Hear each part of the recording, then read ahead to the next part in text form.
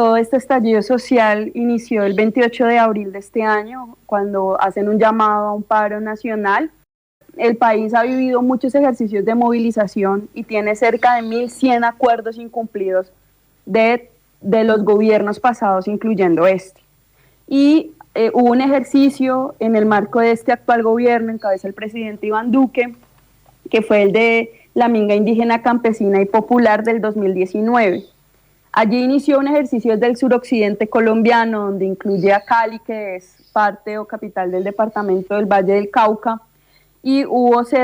la movilización fue cerca de un mes, donde se esperó que el presidente fuera a hablar con los pueblos indígenas del departamento del Cauca. Y eso nos llevó a que ese año, el 2019, se viviera el primer paro nacional fuerte de este último periodo, donde lamentablemente en Cali vivimos esa primera noche del terror, lo que nosotros llamamos noche del terror. Eso nosotros no lo habíamos vivido en las ciudades. Generalmente el conflicto armado se había situado mucho en la ruralidad y no tanto en las ciudades, pero esa primera noche del terror de noviembre del 2019 fue sorprendente. Después de la gran marcha, eso fue una gigante marcha en la ciudad de Cali,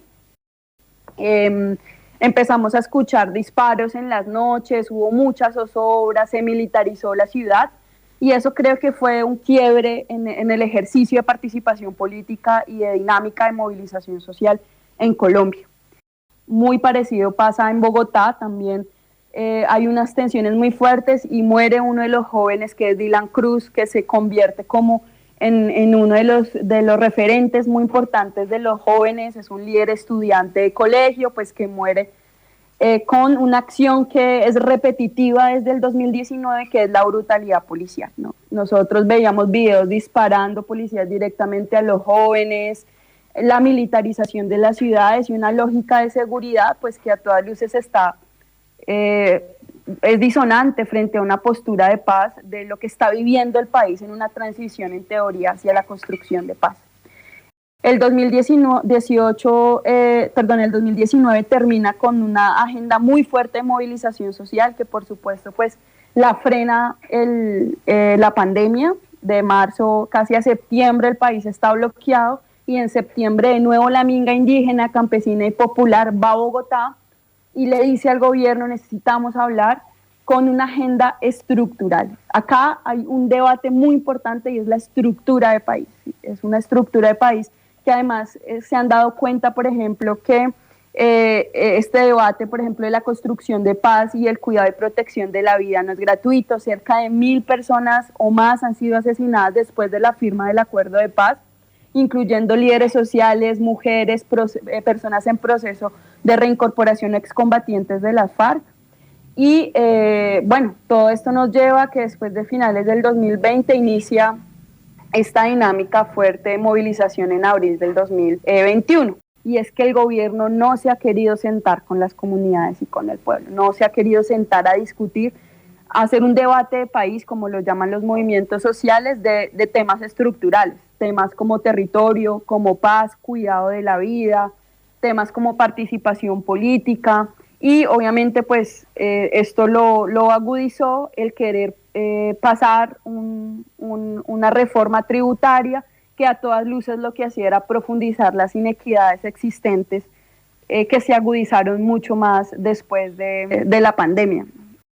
Esto aún es vigente en el país. En Cali nosotros contamos cerca de más de 26 puntos de bloqueo, básicamente que cerraron la ciudad en algunos puntos, y empieza a configurarse algo que se llama como, y creo que viene además de un estallido social del 2018-19 con Chile, con Francia, bueno, con diferentes países de quizás izquierda que ha intentado ver otras opciones de participación, que es la configuración de la primera línea. Entonces acá se configura esa noción de primera línea, la mayoría jóvenes, y por supuesto pues los jóvenes han sido los más afectados, se han convertido quizás en esa fuerza de continuar con la movilización y con una disputa de país que creo que está más vigente que nunca y que esperaríamos poder superar de alguna manera. Son estas personas que además instauraron una lógica muy deficiente en el marco del plebiscito por la paz con mensajes de comunicación poco pertinentes y además engañosos, y, por qué no también decirlo, con unas lógicas también de participación política bastante corruptas. Y esto es clave que quizás visibilizar que en el marco de las elecciones de este actual gobierno se denunciaron muchos tratamientos irregulares en las votaciones que se veían en los tarjetones, pero pues no hubo trámite tampoco a ese efecto. Y por el contrario, este gobierno ha prevalecido, en vez del diálogo social, como les digo yo, está más un mensaje de tratamiento de la guerra y de pacificación de los... Y yo quiero solamente decirles una cifra que además esto agudiza muchísimo. La ciudad de Cali, en los puntos donde está el bloqueo, son ciudadanos o familias que han llegado en los últimos 40, 30 años desplazadas de la violencia, y a esto se le suma que son zonas donde no hay infraestructura cultural, no hay bibliotecas, hay mucho trabajo informal y hay poco acceso a educación. Entonces son jóvenes que no tienen oportunidades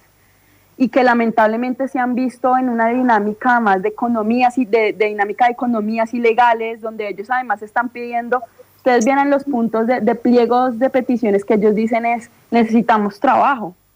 pero necesitamos un trabajo digno para nosotros y acceso a la educación técnica superior, y es una deuda fundamental que tiene la educación ante ellos. Y solamente para que ustedes se den una idea de una cifra, es cómo aumentó la pobreza extrema y la pobreza monetaria después de la pandemia, y eso es lo que ha agudizado, y por eso yo creo que es poco ilógico porque a veces uno piensa que un poco esa derecha del país lo que piensa es que la movilización es con pocos argumentos. Pero si ustedes ven que, por ejemplo, la pobreza extrema del 2019 al 2020 aumentó en 10.6% solo en la ciudad de Cali, o que la pobreza monetaria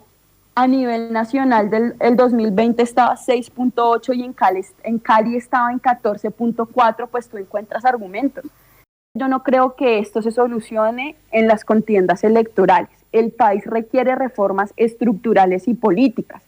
Varias personas han pensado hacer un llamado a un plebiscito o a un referendo con los temas estructurales, por ejemplo, temas estructurales como la corrupción.